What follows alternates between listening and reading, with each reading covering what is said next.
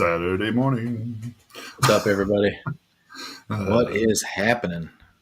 Yeah, I'll probably need to change that. It sounds too, I don't know. It sounds too a little like R&B-ish, I guess.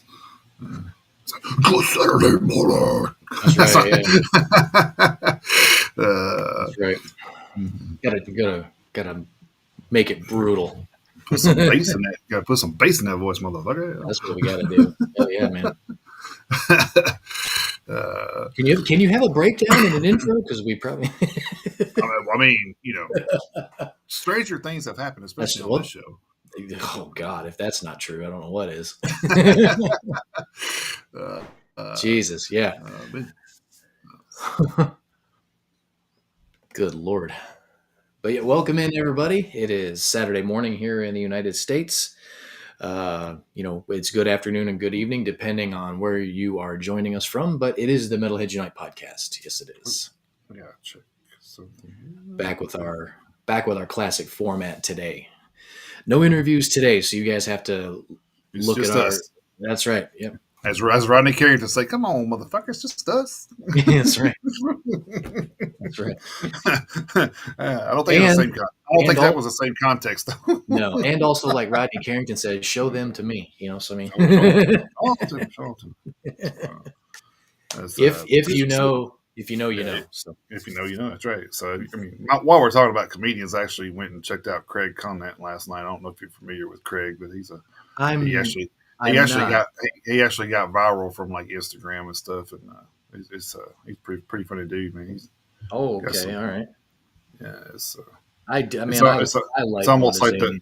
almost like those stories that he tells, kind of like, and the more I think about it, I'm like, man, I got a lot of stories that's probably could stand up to some of those that he was telling. I'm just like, having the balls to get up there and tell them, I guess is the thing. It's true. That's true. Because crowds at comedy clubs are brutal. Oh yeah, they're hard to please. Which and for good reason. Especially when you go to a place like Zany's, where you go to the show and you have to spend money on food and drink there. So no two ways about it. There's no like, we'll just go to a comedy show real quick and then we'll go to dinner after. Right. Yeah. New. You spend $40 in there no matter what you do. So, yep. A trip to Zany's is $100. Oh yeah, easy on top of the tickets that you purchased. Oh well, no, it was two people. That's what I say. It was $40 for us last night because we ate before we got there and all that good stuff. Oh, so you didn't buy food? Okay. I just don't. I'm just not big on like bar food type stuff. So yeah.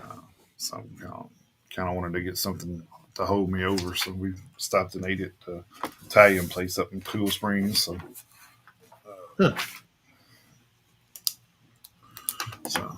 All right. So I was trying to make sure I didn't step on your toes with some of your stories or anything before I mentioned this, but I'm wearing the shirt for a reason. I don't know if you guys have not been following, but Megadeth has announced that they're doing one last album, one last tour, and then they're calling it quits, man. Which is, I think that was like a surprising story that kind of popped up. I guess it was during last week because it kind of popped up during.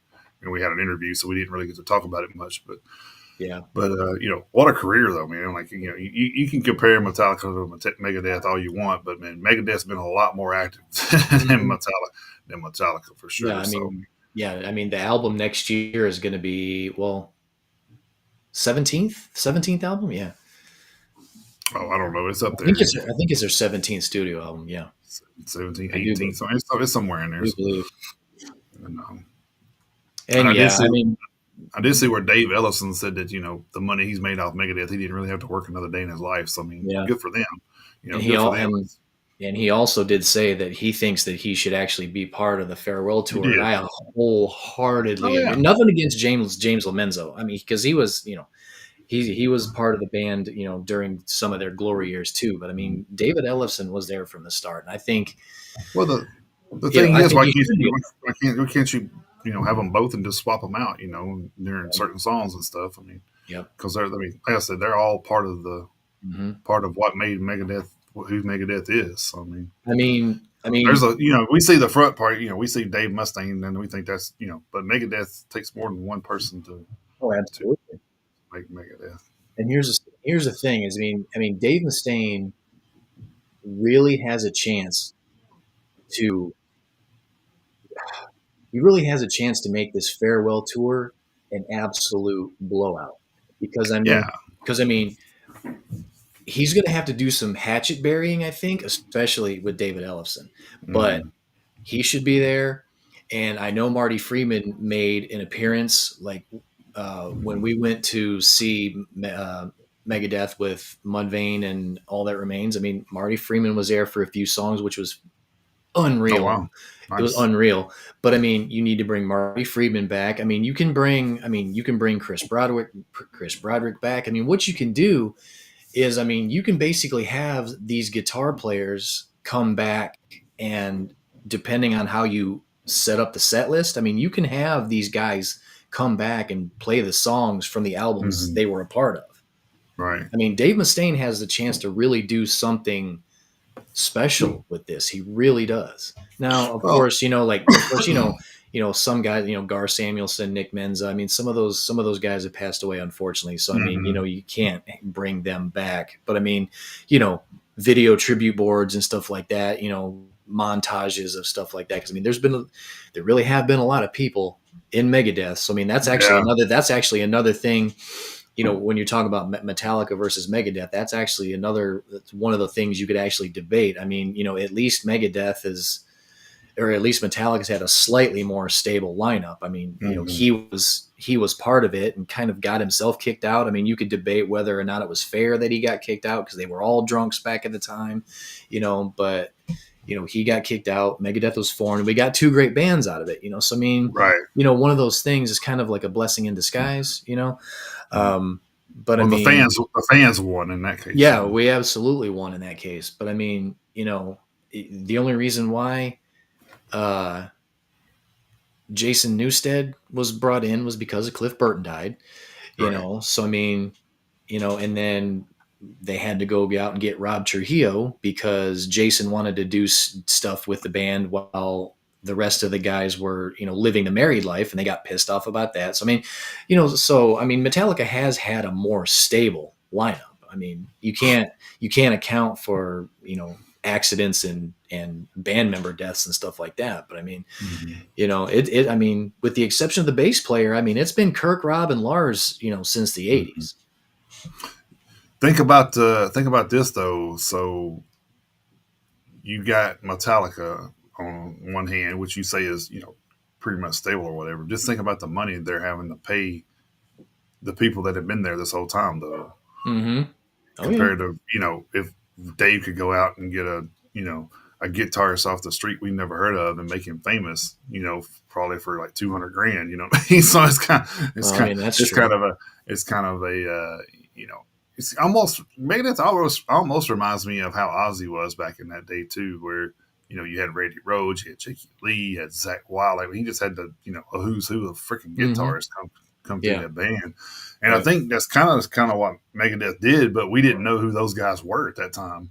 Yeah. So Megadeth displayed those guys, to the world, and I think that's pretty awesome because Marty Friedman's, unfucking real, man. Mm-hmm. So Yeah. Incredible guitar player. Of course, the um, funny thing is when you talk about Ozzy's,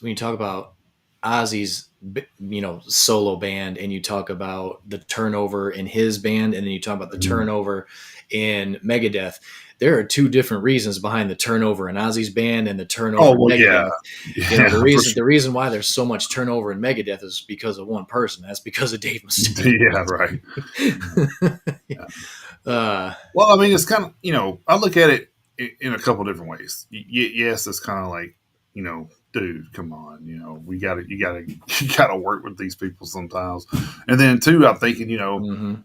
if you were to have, say how to build a deck, right? And you know how you want it to look, but then you hire somebody, you tell them how you want it to look, and it don't look nothing like you wanted it to look. Mhm. So Oh in other yeah. words, you should have just did it yourself to begin with. Yep. So it's kind of the way you have to look at that too, because Dave's kind of a perfectionist with stuff, and it's like what, I just do it myself. So That's why he's the singer. He didn't really. we said it. We've talked about it before. He didn't Right. really want to be the singer necessarily, but then it just came down to, you know what? I'm just gonna. Long Yeah. story short, he's just like, I'm just gonna do it myself. So, because he's said before, he's like, I'm not a great singer. Yeah.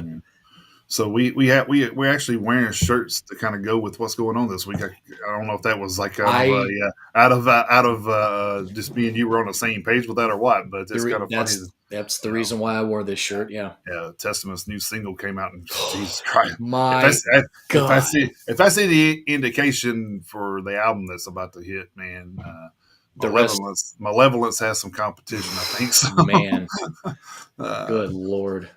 and I then mean, we still got other stuff coming too, which is yeah, kind of we great. do, To me, like this year is kind of weird because I feel like all the good stuff is on the back end of the year, which is which which is is usually which is good. opposite. Yeah. We're usually riding albums out from January or February, and they still make the top Hmm. three list. Yeah. So it's kind of wild to be able to say, Yeah. hey, we still got this and this to look forward to, so we can't really start making a list because Yeah.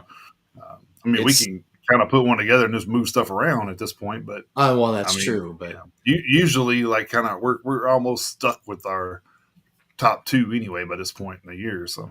yeah, that's I don't think that's going to be the case this year, and No, that's not at all. definitely it's definitely a blessing and a curse. Last week's Yeah, theme of the week, yeah. but You're right. Yeah, there you go. Uh, want but to that's want to what you say got. what's up. Want to say what's up in the chat on YouTube to Come of God. Thank you for joining us. Uh, Interesting yeah, screen, interesting screen name there, bud. yeah, yeah. You never know. Maybe a porn star or something. We don't know. So, Maybe, who knows? also wanted to talk a little bit about a PSA. I know we're going to talk about something similar to this in the news, but I want to get this out there.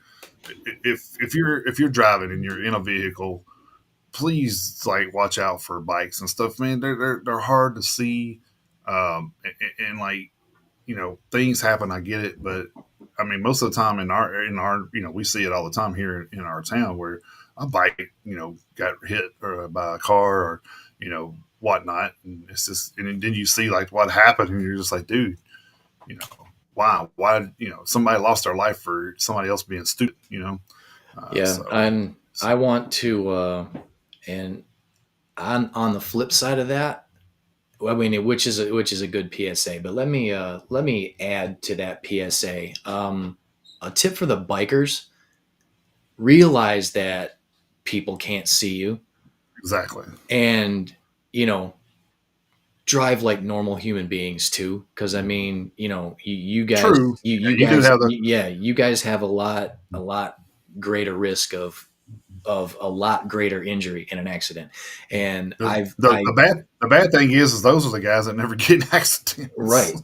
But I which is mean, unreal to me. Which is unreal to me, like how they don't is surprising. but so, I mean, I don't know how many times like you say, I don't know how many times I've seen some of these motorcycle guys drive like idiots. And like I say, Oh I'm man, not, there was a dude not, the other day. There was a dude the other day on the interstate doing. I know he was doing 110 probably. so So I'm, he's weaving in and out of traffic, lane splitting, which is not legal in Tennessee, by the way. And even where it right. is legal, I don't care because I don't, which is stupid. I mean, I don't know why that's legal, but I'm not gonna get off on a rant on that. I just don't. You motorcycle guys have got to realize you are small and harder to see, but if you drive like idiots, I mean, what do you expect? So Yeah. True. I mean, it's because got to be a there are too many dumbass drivers in general. yeah. Two wheels, And four and wheels, four, two wheels, four wheels, 18, and 18. as we saw in Florida, that jackhole at 18 wheels. So Mhm. All right, I don't want to give too much away before the thing, but I did want to kind of yeah. say that Oh, just to speaking of which, one more thing before we get started. yeah. A couple. I need to make a correction on something. A couple weeks ago, we had our playlist, great openings. We had that great openings, and then we had Mhm. the blessing and curse. On the great openings playlist, I added Mr. Crowley and said that was from No More Tears. I actually got Mr. Crowley and Mr. Tinker Train mixed up, and Mr. Yeah. Crowley was on Blizzard of Oz from 1980, and Mr. Tinker Train was on No More Tears. So I caught that after the fact, after I was putting the playlist together, and I just wanted to like make that correction. So I realized I had the two Misters mixed up, and so yeah, so just wanted to Just wanted to bring that up real quick. So make that correction real quick. But the playlists are done and they're available and they're good. So go Yeah. check them out. Yeah. All right. So we can kick this thing off like normal with a couple birthday shout outs. I think I may have gotten everybody. I don't have anything from today, so if anything gets posted on socials, I'll have to add that to next week. But there was nothing in my normal outlets that showed any birthdays today. So, but like I said, we follow a lot of bands, so yeah, we do. So there definitely could be a local band or two pop up in there. So, but it's been known to happen, yeah. Yeah, a few times. So, so anyway, we're kicking off from the 17th through the 22nd, which was yesterday. So, 17th, we had Gilby Clark, a guitarist for Guns N' Roses from 91 to 94. Then we had Tarja Turunen, a vocalist for Nightwish. Kill this name. Vibeke Stine, vocalist for Tristania. Mike Patton, vocalist for Faith No More. And then Boss Moss, guitarist for After Forever and Doro. And August the 18th, we had Andy Darris, vocalist for Halloween from 1994 until today. He's actually been there for a pretty good bit. So, yes, he has. Then we had Blas Elias, drummer for Slaughter. Thomas Olafson, guitarist for Hypocrisy. Mike Borden, drummer for Faith No More. Faith No More getting some love this week. So, yep. We had Henrik Sandelin, bassist for Avatar. Then August 19th, we had Ian Gillian, of course, vocalist for Deep Purple. Steve Grimmett, vocalist for Grim Reaper. Joey Tempest, vocalist for Europe. Michael Todd, bassist for Coheed and Cambria. And then David Lee Roth, vocalist, of course, for Van Halen and his solo stuff. August the 20th, we had Robert Plant, vocalist for Led Zeppelin. And we had Dimebag Darrell, guitarist for Pantera, who we all know the story there, passed away at 04. Yep. Fred Durst, vocalist for Limp Bizkit. And then August the 21st, we had Serge Tankian, vocalist for System of a Down. Liam Howlett, which was a DJ, producer, keyboardist, and among other things for The Prodigy. We had Jake Pitts, a guitarist for Black Veil Brides. August 22nd, we had Vernon Reed, guitarist for Living Color. Juan Crucier, bassist and songwriter for Rat. Lane Staley, vocalist and guitarist for Alice in Chains. And, of course, we all know he passed away in 2002. Mike Smith, drummer for Hellfire, which is one of my new up-and-coming favorite bands. Yes. Shane Clark, a guitarist for 3 Inches of Blood. Ellen Hill, vocalist for Killanova. And Phil Rind, bassist for Sacred Reich. So I don't know if you had anything to add to that, but I thought I covered them all, but I could be. That's pretty comprehensive, yeah. Cool. Pretty good. Well, I'm pretty on it sometimes. Yeah. So happy birthday to all those. And of course, as always, if anybody out there listening has a birthday this week, happy birthday to you as well. Yep. I know I had the big one last week, so yeah, you did. Yeah, good birthday present though. I had a guest on the show, so yeah, we did. It was a good time getting to talk to the entire band and their manager. Oh yeah, exactly. That's pretty rare to get to talk to the manager too. So it was pretty awesome. Yeah. So it was great to be able to talk to all of them and her. It was awesome. And just to actually have firsthand accounts of the difficulties of being in a Christian metal band and trying to get gigs and stuff like that. So and a lot of the things that when they were saying it, I was just like, oh wow, I didn't even think about that, but yeah, I could see how that would be be a problem. So could be, yeah. So, but yeah, good to talk to Weapons of God. Go check out their new album Tribulation. So yeah, and that interview is up on YouTube and let's see, still on Facebook for 2 or 3 more weeks probably. Yeah, should be 3 more weeks. Yeah. Okay, so it should still be on Twitch until next week. I think it's 14. I think it's 14 days for Twitch. So yeah, you got time to check those out at some of those locations, and of course later on we'll post on our socials when it's available on Spotify and all that good stuff. So that's right. So, man, I guess that will kick us into the news of the week with some some we were very shocked about. So yep. Yep, and starting off with the obvious one, I mean, this is another one of those. I mean, it's not in the scope of Ozzy Osbourne to where you talk about end of an era icon and Hmm. all that stuff. But I mean, so I mean, no disrespect to Mastodon intended, but if you've kept up with anything at all, obviously every you pick an outlet and they had it. But this was from a few days ago. But I'm going to go with blabbermouth.net here. Um, According to Atlanta News First, former Mastodon guitarist Brent Hines was killed in a car crash in southeast Atlanta, Georgia, Wednesday night. He was 51 years old. The Fulton County Medical Examiner's Office reportedly confirmed his death. Mastodon has since issued the following statement, quote, "We are in a state of unfathomable sadness and grief. Last night, Brent Hines passed away as a result of a tragic accident. We are heartbroken, shocked, and still trying to process the loss of this creative force with whom we've shared so many triumphs, milestones, and the creation of music that has touched the hearts of so many. Our hearts are with Brent's family, friends, and fans. At this time, we please ask that you respect everyone's privacy during this time. Difficult time, RIP Brent," end quote. An incident report from the Atlanta Police Department states that officers responded to an accident at the intersection of Memorial Drive Southeast and Boulevard Southeast at approximately 11:35 p.m. Quote, "Upon arrival, officers located an unresponsive male who was involved in the collision. The male appeared to be operating a Harley Davidson during the time of collision. Medical personnel pronounced the male deceased. The other driver involved, a female who occupied a BMW SUV, remained on scene. The APD Accident Investigations Unit responded to the scene to determine the circumstances. Preliminary investigation indicates the male was traveling west on Boulevard. The female operating the BMW SUV failed to yield while turning left and collided into the male victim who was operating the Harley Davidson. The investigation remains active at this time," end quote. So yeah, there's probably going to be more details that come Hmm. out about that as they, progress in the investigation. Um, so obviously that really sucks what happened to Brent, and it kind of doubly sucks, especially what happened between him and the rest of the band. Of course, Yeah. he quit or was let go, or probably two sides to that story. But what stinks is the fact that he was at odds with his former bandmates, and Hmm. that's where it got left. And unfortunately, with everything that happened to him, there was no reconciliation or anything like that. So Well, that doubly sucks on top of him passing away.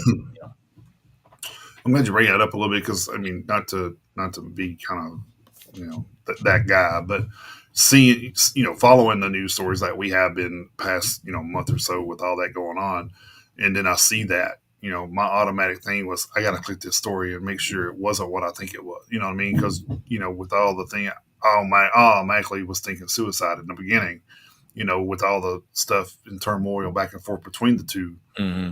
and then to read that it's kind of bad to say, but I was kind of like glad it wasn't suicide. You know what I mean? So, Well, no, I mean, and I get we what don't you're saying. by all means we don't want anybody to lose their life over anything, but to I don't know, it just I get what you're saying. Yeah.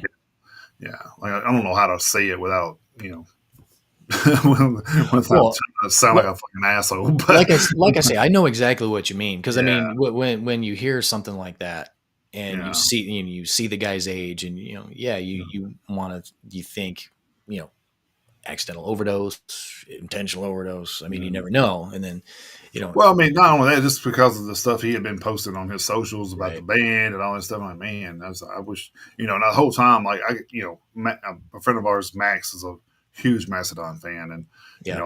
I've kind of talked to him off and on about that stuff. And, he was kind of tore up because, like I said, one of your favorite bands breaks up, or gets rid of one of your favorite players. It's kind of like, oh, man, but, you know, it is what it Yep. is. And you kind of just have to, as a fan, you just have to sit back and watch everything unfold because you can't really do anything. So, Yeah. but but yeah, it is bad that that it just seemed like all bad things happened to Brent in the end. You know what I mean? Because he Yeah. didn't. So it's kind of messed up in a sense when you think about it that way. Yep. But yeah, prayers to his family and everything. Hopefully, Hmm. I don't know about his wife, kids, none of that stuff. I don't even think he mentioned anything like that. So, but so it's like I said, it's probably going to be something you're going to hear. Once they get the investigation, done and closed, there'll probably be a follow up at some point, I'm Mm-hmm. sure. So, but it did sound to me like if I'm in an accident and somebody dies, I'm already going to feel bad. Yeah. But if somebody that's famous dies, I mean, Right. you're going to have like a whole mainstream of damn people mad at your ass. So, Well, if they release the name of the woman who was driving the well, I BMW, mean, yeah.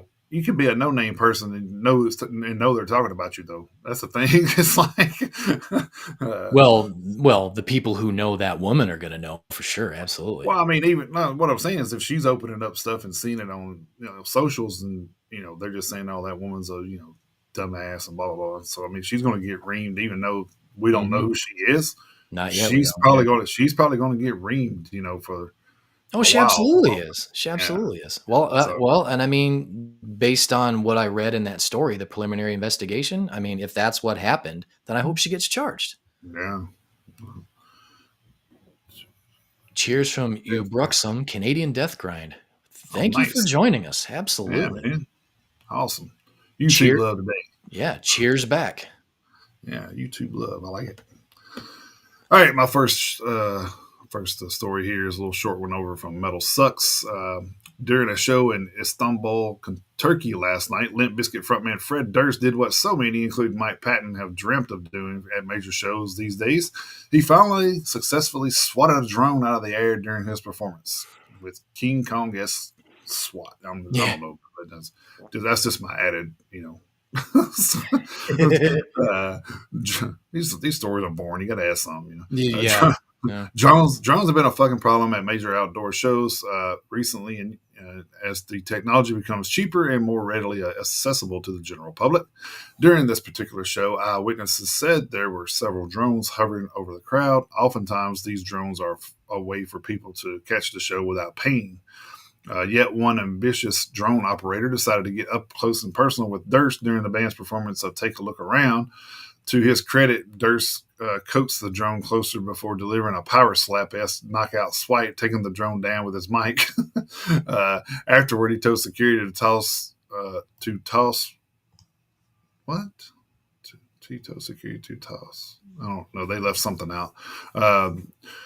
During the band's two playthroughs of Break Stuff, but maybe that was be a bit too on the nose. Who knows? Yeah. It's like they was trying to make a joke and got fucked up typing in here or something. They left out like a whole Yeah. toss the That drone, maybe. maybe. Yeah, I think that's what it's supposed to have said. He told security to toss the drone during the band's two playthroughs. Okay, that's probably what it was. So, yeah, they just had a typo there, and the editor didn't catch it. Look at that. Yeah, I Anyway, mean, well, come on, we have proofread your stories, man. Proofread yeah, your right. stories. So we have because I copy and paste most of this stuff, so I don't I guess I should proofread too and just change it, but like I said, 9 to 5s and not a Right. lot of Yeah. time. Not a We lot, don't. Yeah, we've never claimed to be professional. that's not. Yeah, I'm not an editor, so No. uh, What's we up, just Dana? we just share the news. So, That's right. uh, but yeah, so I mean we have covered that on that a few times where the drones have been an issue with some of the shows, and a lot Hmm. of performers have said a distraction while they're on stage and stuff Well, like here. that. Well, here's the thing, though. Is like, what if that drone operator lost control and hit him in the face with it? That's true. I mean, then You know. So are I they, mean, and then are we able to find out who the drone operator is? Are they going to fess up and say they did that, or right? Yeah. so then Fred Durst is up there with a mangled up face, and Yeah. So there's nobody that's going to be able to take the blame for it because nobody yeah. knows who did it. Yeah, So because there's people out there going, "Oh man, the drone operator wasn't causing any harm." Well, he was because, like I said in the story, that's trying to game the system to get into mhm. a concert without paying. And like I just said, you never know if those things are going to fly off and hit somebody in the damn face and take out an eye. So I mean, Uh, I have seen at festivals where a lot of the photographers and stuff I have have a drone doing their pictures and stuff sometimes because they can't get it, which to me kind of I mean, if that's I don't agree with that either because I mean you got access to be wherever you want to be. So it's I kind of mean, like, why I are you in mean, the back taking drone pictures? But I mean, if that's something that if that's something that they set up ahead of time, I mean, there's nothing anyone can do about it. But I mean, right. that's one of those things. I mean, there better be a waiver in there. It's like, if you cause any injury with your little flying machine, then it's going to be your ass. So I mean, that I'm sure that's in there somewhere. I don't really doubt that it would be. All right, Come moving here, up. your little flying machine. Yeah, your little flying contraption. Yeah. All right, moving over to the PRP for my next one here. Like Moths to Flames vocalist Chris Ritter has launched a raffle for some rare test presses in an attempt to raise funds for his wife's cancer battle. The metalcore musician said the following of the matter on August 21st, quote, kind of one of those things that feels impossible to write. No amount of words can really sum up the situation. Back in February, my wife Audrey found out that she has early stages of leukemia. Anyone that knows her knows that she's had a lot of ups and downs with her health over the past few years, but I don't really think there's anything that could prepare you for something like this. Without oversharing too much of her journey, I really just want to try and offer up a helping hand to her. She's not only my wife, but has been my best friend for 15 years. Every decision I've made with the band or art, she has been there, watching her fight every day while still having such a beautiful light that surrounds her is both a privilege and one of the most heartbreaking things I've ever had to endure. I've got 2 test presses of pure like porcelain on vinyl that I'm going to raffle off to try and raise money for her. I will pick a winner on August 30th, $5 entries, and you can enter as many times as you want. Example, $50 equals 10 entries. Please don't feel pressure to donate or spend money you don't have to help. Just trying to do something for someone that's important to me. Then the Cash App and the PayPal are at the bottom. I'm not going to read all that off because it's like, characters and all this other shit. I mean, it's down there if you want to look at it. So yeah, if you guys, like he said, if you got any little bit will help, and there's, no obligation, of course, but, so if you are so inclined, check out the Cash App and the PayPal and get signed up. So Cool.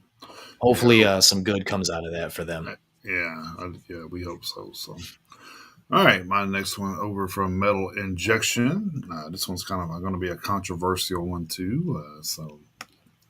Anyway, few topics in the modern culture ignite as much debate as the artificial intelligence, and now even rock music is right at the center of it.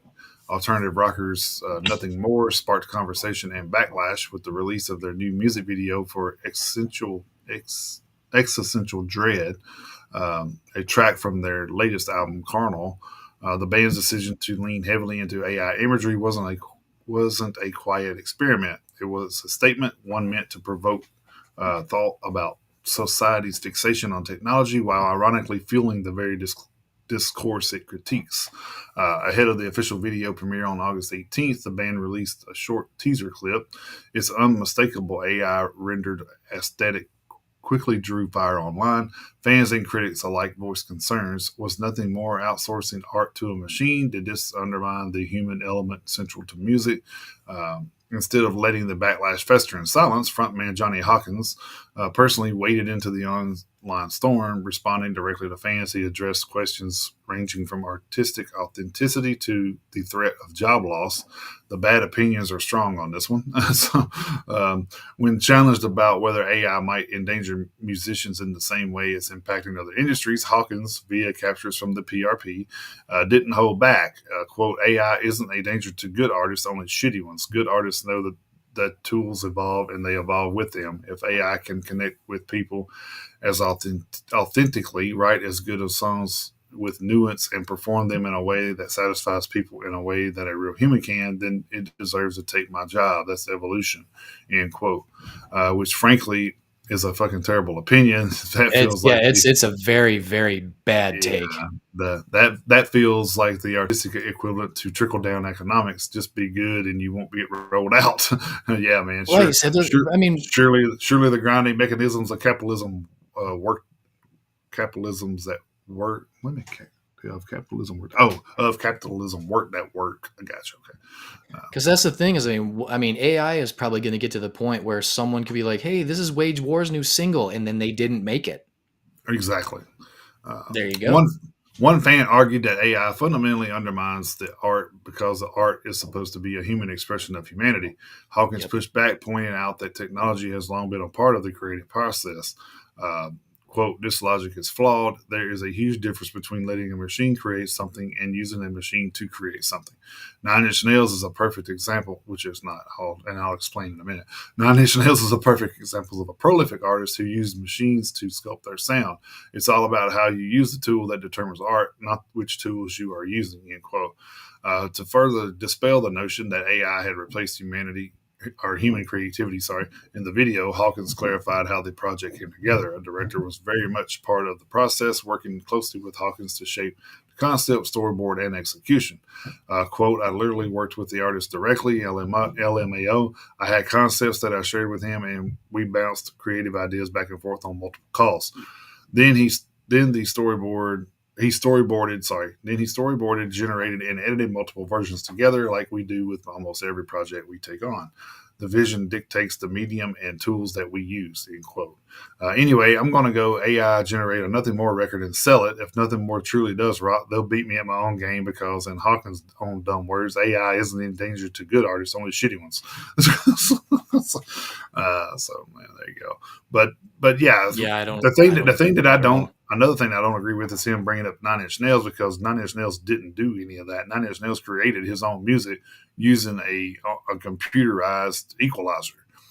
So that's a whole different story than having AI say, "Hey, make me a song." You know what I mean? He actually put in Hmm. work and effort to edit all that stuff down to, and look at what they do now. So you're telling me what they do now is, Nine Inch Nails. If you don't follow Nine Inch Nails, they win Grammys and awards for doing scores for music for movies. Yep. So I mean, they're still out here doing what they did back then, and I'm pretty sure they're not using any AI to do any of that. Knowing Trent Reznor, I doubt it. But Probably anyway, not. you're talking about a one man band back then, because and if anybody knows the story of Nine Inch Nails, that started off with a heartbreak story where him and his significant other split and caused him to go in this direction. So he was writing the whole first album was about her being shitty. You know what I mean? So it was a damn divorce record or whatever. I don't know if they were married at the time, but it sounded like a breakup record pretty much. Hmm. The whole record did. So I mean, then the next thing you got to think about is he still had to go out and find people that could play his music that he put together so they could be on stage and perform them. Yep. So I mean, it wasn't like, hey, I'm just going to go out with my laptop and go on stage and do all this. No, you couldn't. He couldn't do that because it wasn't there's that's not the way he wanted to do it, and he knew that that's not the way the industry worked. So Yeah. I mean, could you do that now? Probably. Would fans show up? Not as many as you would think. So because I mean, as a fan, I want to see the guys perform. So to me, is I hear the record, I don't want to go see a show that sounds exactly like the record. I don't know if that makes sense to anybody, but that's not what I go to the shows for.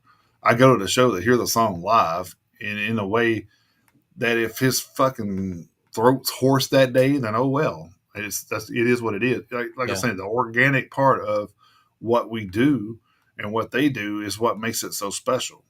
I Yeah, think you want to see that's you. I just me mean, personally. you want to see the art physically be performed Yeah, by yeah, with musical instruments. That's what yeah. you go to. That's what you go to a live show for. And Yeah, yeah, man. If and yeah, you wanted to hear it sound like the damn backing tracks and CDs, I just put the fucking CD on and save myself $50 to go hell see yeah, somebody. that's It's right. like, uh, you Yeah, I know, mean, you go to a concert to see, people miss their cue, accidentally fall off mhm. stage, I mean, so I mean, that kind of shit happens. I mean, that's not what you're paying for. I mean, I'm just kidding, but I mean, we've talked about Chuck Billy before, and that kind of shit Right? happens Yeah. in that setting, but And I honestly like Nothing More. They're a good band, and yeah. I follow Johnny a lot too. So I mean, he's a pretty cool guy, but and he's been through some shit too. So Yeah. if any of our stories, we've talked about him a few times on the Yeah. show. So, And he's entitled but to his opinion, but we're definitely yeah, but entitled to yeah, disagree with it. right, yeah, we're definitely not going to agree with that. Yeah. My thing is I wonder if any member of the band, any other members of the band are kind of on board with what he's saying, or they're going to back him, or if they're saying, well, I mean, that's his opinion, but I don't agree with that. I mean, Yeah. which is fine because that's kind of part of being in a band is agreeing to disagree sometimes. You know, Mm-hmm. so, Yeah, so absolutely. man, 100%. we'll see how that plays out for him. I Yeah, we'll guess see. it's a bold move, Cotton. We'll see how it Yeah, plays bold strategy. That's right. out. All right. All right. Heading back to Blabbermouth for my next one. This one is kind of like, you know, kind of sort of like a well no shit, but it's still kind of upsetting at the same time. And we've talked about this kind of thing before, but it's usually kind of going the other way. So, in a new interview with Andy McKay Smith of the Scars and Guitars podcast, Primal Fear bassist Matt Sinner, whose real name is Matthias Lash, addressed the fact that a lot of international musicians are canceling U.S. tours because they have decided that going through the complicated process of getting a U.S. artist visa may not be worth the financial and safety risks. The 61-year-old musician, who was born in Stuttgart, Germany, and who also serves as Primal Fear's producer and one of the band's main songwriters, said, as transcribed by the same website I'm reading it off of, quote, "I hope that the so-called leaders, which are sometimes close to criminals or are, get their shit together and give us a chance for a peaceful future. Look at Primal Fear. Everyone's asking, why don't you come to America? We played 7 tours in America in the past. It was never a problem. All is cool. So now you hear reports that a lot of European bands, even that had working visas, were not allowed to enter the U.S. The immigration said no. So all the costs you have, like lawyers, visa, social security, flights, paying the first rate for the bus, and all these things, how can you risk it to ruin a band without not having proof that you can enter the country and play a tour? And this is so ridiculous. So, of course, if a fan from Texas writes, why don't you come to Texas? Yeah, sorry, guy, it's not our problem. It's your problem, end quote. After McKay Smith noted that it is, quote unquote, essential for a band like Primal Fear to tour the U.S., considering that America is one of the biggest markets for heavy metal in the world, Sinner said, quote, not essential under these circumstances. So sorry, but I give a fuck. If the situation is that difficult and not clear that, for example, a German band invests a lot of money before they come to America and then didn't allow to get into the country and do the tour because of some whatever circumstances, they don't like this or whatever. So this is just for me, not the right way. An American band can come to Germany. They don't need a visa. They don't need nothing. They can play their concerts. They make the money. They go back to America. No problem. With us, for example, they said about the next football world championship, the FIFA World Cup, which will be held in 2026. In America, yeah, the people can come, but they have to leave immediately. Yeah, what the fuck? So is that a welcome for the world? No, no, no, no. I don't like it. And I'm sorry for all our fans. And we have a lot of fans. We're selling the second most albums in the world in America. So I'm sorry for all the fans, but under these circumstances, it's financially too risky for us. I hope the time will change. And I hope so too, because I want to see Primal Fear Oh, for a sure, lot. yeah. And So, to think that they have difficulty in being as big as they are over there too, yep. it's kind of like what we talked about with a lot of bands on this show is going from I think it's a lot easier going from U.S. to Europe than it is from Europe to U.S. at this point. Yeah. Uh, so and we're missing out on a lot, Yep. dude, with that. And we've talked about that. Like, with the amount of metal that's over in Europe, man, Jesus Christ, like we would love to see any of those bands over here. So I mean, unfortunately, a lot of like I said though, but Primal Fear is a big band there, so for them to even Mhm. have that kind of difficulty is just kind of astonishing to me. Yeah. But I would actually like to, of course, I would like to talk to Primal Fear anyway, but I would actually like to discuss that a little bit more with Matt and Ralph if that were to ever develop. oh yeah, yeah, If anything were to ever, come about with that, I would like to really let them basically just let them rant a little more. yeah, right. Yeah. Here's your platform. Let them have it. Oh yeah, absolutely. Yeah, don't hold back. You don't have to here. Yeah.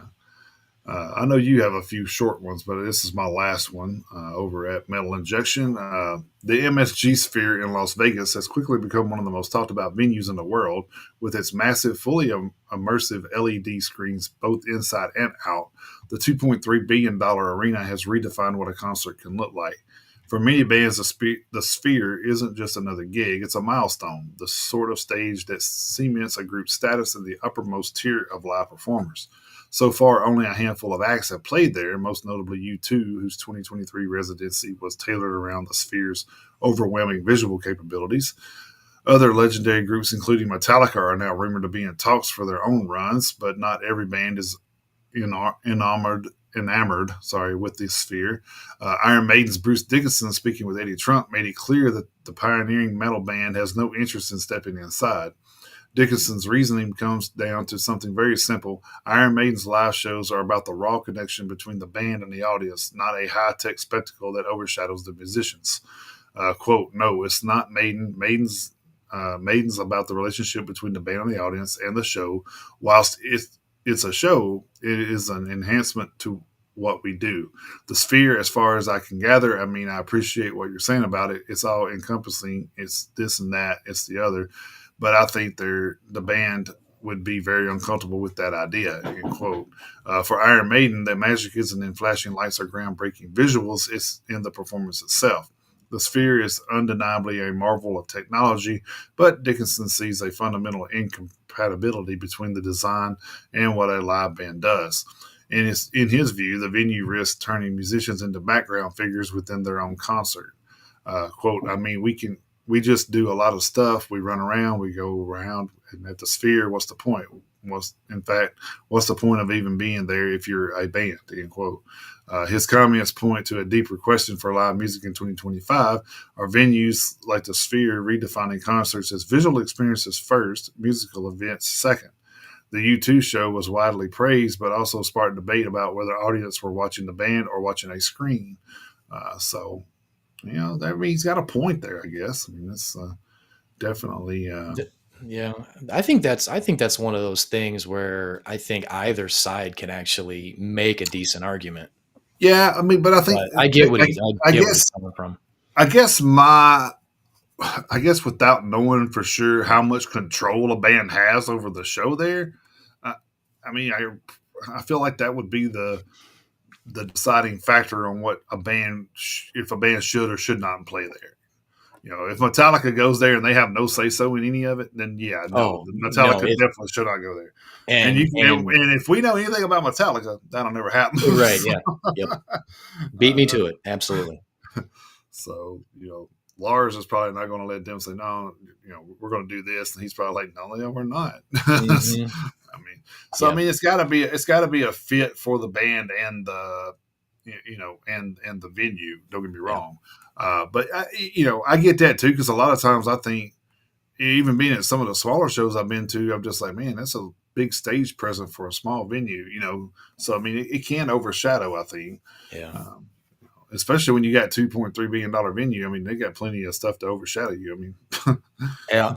That's 100% true. Dana, I work third shift. I won't be able to go to that show. Dana's asked us a question in the chat. Are we going to go see DRI Wednesday in Nashville? I can't. I got to work. oh, I do too. So So right now, I'm basically confined to Saturday shows, and I am going to be going to Thursday Louder Than Life, come hell or high water. So, but other than that, I'm confined to weekend shows at the moment. yeah, yeah. I just went to a Non-Point Upon a Burning Body show last week, so I kind of I did uh, my monthly concert show already. So Right? Yeah. Yeah. uh, it's just crazy. It's like now we got so much going on with remodeling and stuff like that. As I got to like get all this done before I can go and have fun. So Right. um, Yeah. Yep. Yep. Yep. Yep. All right. Like I say, I've got a few more, but they are that relatively should short. that should be a We'll good get. that should be a good show though. It should. Yeah. All right. We're gonna get through these last few here. Back over at Blabbermouth.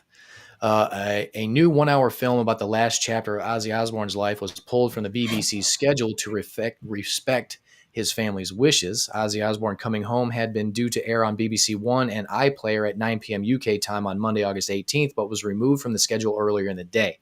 It was replaced by an episode of Fake or Fortune. That's obviously something that they watch over there. The BBC has since released the following statement. Our sympathies are with the Osborne family at this difficult time. We are respecting the family's wishes to wait a bit longer before airing this very special film. The new transmission date will be confirmed shortly. So as far as I'm just gonna leave that there because, like I say, I just wanted to wanted to get that out there because I know earlier in the week they were talking about that it got pulled, and no Mm-hmm. one knew why because at the time no one Right. did, and then that was just a little update for that. So my next one, Super Seven, still at Blabbermouth. Super Seven will release a new reaction figure of late Pantera guitarist Dimebag Darrell Abbott later this month. When it comes to guitar legends, few are as wild and untamed as Dimebag. With every electrifying guitar riff, he tore through the airwaves, creating the soundtrack for a generation of headbangers. Super 7 will immortalize this iconic shredder in its collection of 3.75-inch scale music reaction figures. Order here for shipping late August. There's a hyperlink in the story. So, follow the hyperlink, Google it if you have to, and then go check out the new Dimebag figure. And take my money. Yeah, that's right. And then Metal Injection for this next one.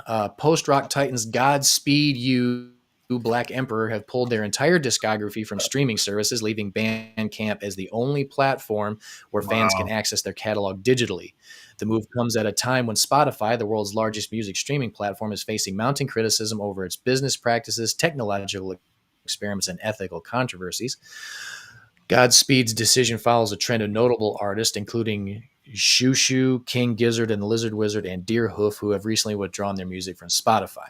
The catalyst for these withdrawals has been the revelation that Spotify CEO Daniel Ek has invested in Helsing, a German company specializing in AI-driven military technology. Hmm. So, there's that. So another artist has So, taken a stand, and good for them. so this is my take on that. So great. I'm glad artists are doing that, but you know, I just know that until a band like Metallica or somebody like that, takes a stand and does it, they're not going to flinch. You know what I mean? Because it's not until a band is getting Yeah, millions and millions and millions of hits on there, it's probably not going to, it's not going to affect them much. I mean, plus they probably already made all their money off that bullshit anyway. So right. Yeah. So for some artists, I mean, I'm glad they're taking a stand. I have no yeah, problem me with them too. taking a stand. Like I said, I just think But it's going to take some when bigger it, names to join them. So yeah, I think for some artists it might be, it might be a case of cutting off your nose to spite your face. Because I right. mean, some of these bands aren't, like you said, aren't as well known, and now they're making themselves harder to find. So it's kind of like, yeah, I guess you have to weigh the risks, and I guess they decided that the risk outweighed any potential reward, which monetarily there is none on Spotify. We know that. Oh, true. Yeah. So I guess they just you know found the cause too worthy. Dana, yeah, I will be there at the church on Yeah, September I'll plan. 15th. Yeah, I plan on being there I'll too. be there So for that I one. know. I know it's That's a like that's the Saturday. last. Yeah, Yeah, it's the last show yeah. of the year there too. So I Yeah, want to so make sure I'm we there for will that. So. we'll be there. We'll be there for that one. I promise you. And then my last one was just slightly longer, but I mean it's still quick. Over at Metal Sucks, back in the early 2010s, a band called Huntress that absolutely ripped their shit. Mhm. Their combination of old school heavy metal and thrash elements, coupled with the fact that they were fronted by a vocal dynamo named Jill Janus, and you've got a recipe for one of the more exciting bands of their time. Sadly, the band's story tragically ended before it could really get off the ground. Despite putting out 3 albums, 2012 Spell Eater, 2013 Starbound Beast, and 2015 Static, Janus announced in October 2015 that the band was no more. In her now deleted Facebook post, she said her ongoing struggles with her mental health was a major factor for the band's ending. Nearly 3 years later, Janus succumbed to her mental health struggles, ultimately taking her own life at the far too young age of 43. Mhm. Yeah. At the time, her death shocked the metal world, and just like that, anything Huntress's story was forever encased in her passing. Just like so many other rock and metal stories that ended in an equally tragic way, the band had unreleased works and questions about whether the band would reconvene in her memory. 7 years after Janus's untimely passing, Huntress guitarist Blake Meal took to social media to announce that he'd been given official stewardship of the fallen vocalist's unfinished works by her family. Quote, 7 years would feel like a particularly devastating time since she left without some good news, but I've got some. I'm ecstatic to say Jill's family has officially granted me stewardship of her works. I can now actually move forward with finishing and releasing some songs that are going to rip your goddamn heart out. 7 years and burning brighter than ever, end quote. The idea being that with some work, those tracks could see the light of day. seeing as that could do a lot to cement Janus's legacy long term, getting to finally hear some of these unreleased tracks. And as far as fans go, this is a last chance to realize what Jill had to say through her music, even in death. So that would definitely be a great thing if Mm-hmm. we got a last little bit of work that was started, because it's like we say, I mean, like when Wayne Static died, when Ozzy died. I mean, it's one of those things. It's like, they're gone, but the legacy lives on forever. Yeah, It's just one of those things. It's like I saw a meme that said, "I'm always with you, just push play." So that's right. That's right. All right. Other headlines: we have Ozzy Osbourne on the cover of the new Metal Hammer magazine. So kind of expected, I guess. yeah, So next one, not even Chino Marino knows why Deftones guitarist Stephen Carpenter isn't touring overseas anymore. It's still something that I feel he is figuring out. So it's kind of wild that he's not even letting them know why he's not doing it. So it's crazy. The new Call of Duty Black Ops 7 trailer contained a weird industrial remix of Metallica's Master of Puppets. I haven't seen that yet, but I haven't either. I kind of don't want to now that it says industrial remix of it. I don't think Yeah, they don't even sound good. no, not really. uh, Congratulations to Baby Metal as they become the first Japanese group to get a top 10 in the United States. So congrats to them. Yep, Not a big fan, but congrats. Like we say, whatever brings metal to the forefront, that's right. we're here for it. So, We are. uh, Blood Incantation guitarist Morris Kalantrisky, hopefully I did that right, Jesus, unveils his first solo album, or Origination.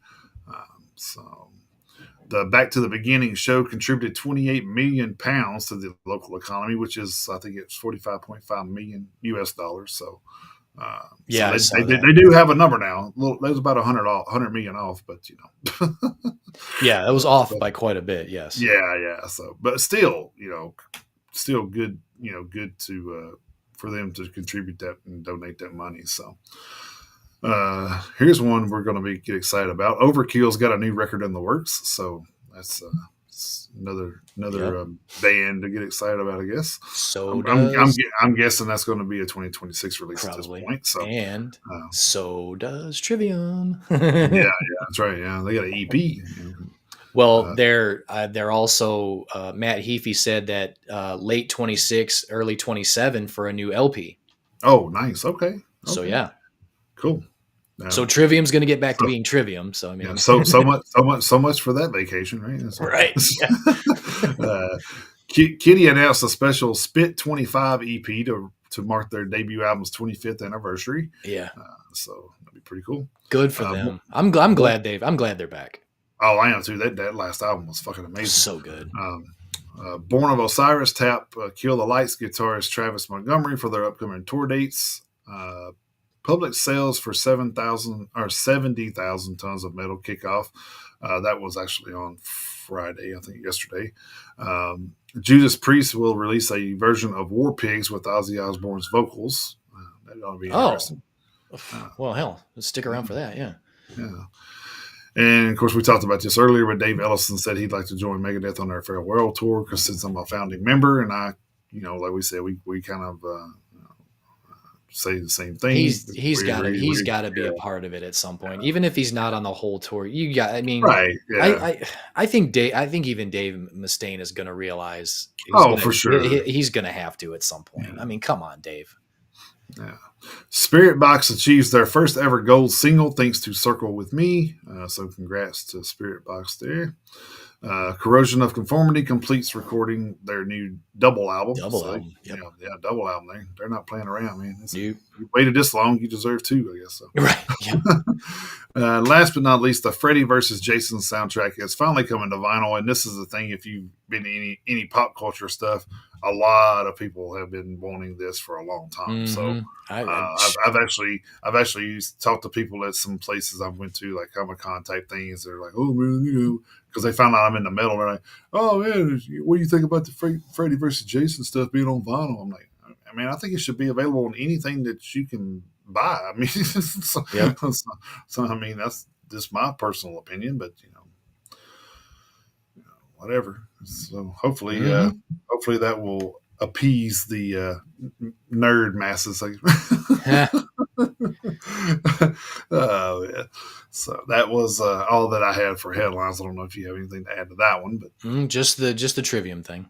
just a treatment thing. All right. Yep. So, all right. I don't. We're gonna get into hitting the road, which I didn't really cover anything because there wasn't any kind of Okay.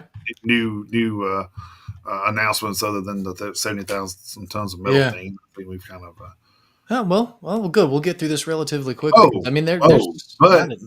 but I did get the release of the set times for Louder Oh, Life. yep. I So if did see you that. do, so if you do have tickets to that, you can go in and plan your day out already. So that's all awesome. I kind of did Yeah, take a preliminary look at Thursday. So, yeah. So yeah. we'll figure that out. But yeah, so we'll get through this relatively quick. I was kind of surprised that, I've got just under 2 pages, so we'll get through this Okay. relatively quickly. So for hitting the road for the 16th through the 22nd, over at the PRP.com. Necrot has got some stuff set up for themselves. They have some headlining shows starting September 12th in Reno, Nevada at the Alpine, finishing September 17th in Chicago at Reggie's. Then they have a North American tour with Carcass, Brujeria, and Hedonist starting September 19th in Rochester, New York at Anthology, finishing September 30th in Las Vegas at the House of Blues. Then they have a show with Carcass, Nails, Brujeria, and Mongrel October 1st in Los Angeles at the Wiltern. Primus, Puddles, and Pity Party have a couple of New Year's Eve shows set up in Oakland, California at the Fox Theater on December 30th and 31st. Fit for a King, Make Them Suffer, Currents, Spite, and 156 Silence will be going out starting October 30th in Tempe, Arizona at the Marquee Theater, finishing December 7th in Dallas, Texas at the Bomb Factory. Make Them Suffer will not be at that show. They will be in Nashville November 29th at Marathon Music Works. Then 156 Silence has some headlining shows that are off dates from that Fit for a King tour, starting September 25th in Albuquerque, New Mexico at Launchpad, finishing December 4th in New Orleans, Louisiana at Gasa Gasa.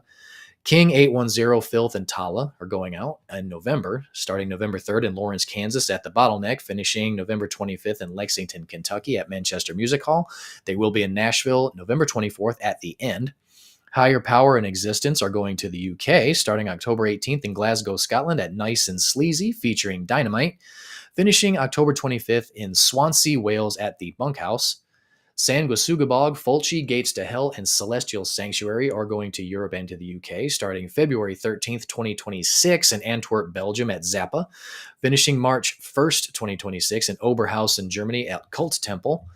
Born of Osiris, The Browning, Victims, and Axty at AXTY. There's almost like no vowels in there. And Lost in Separation are going out starting September 25th in Madison, Wisconsin at the Annex. Victims will not be at that show.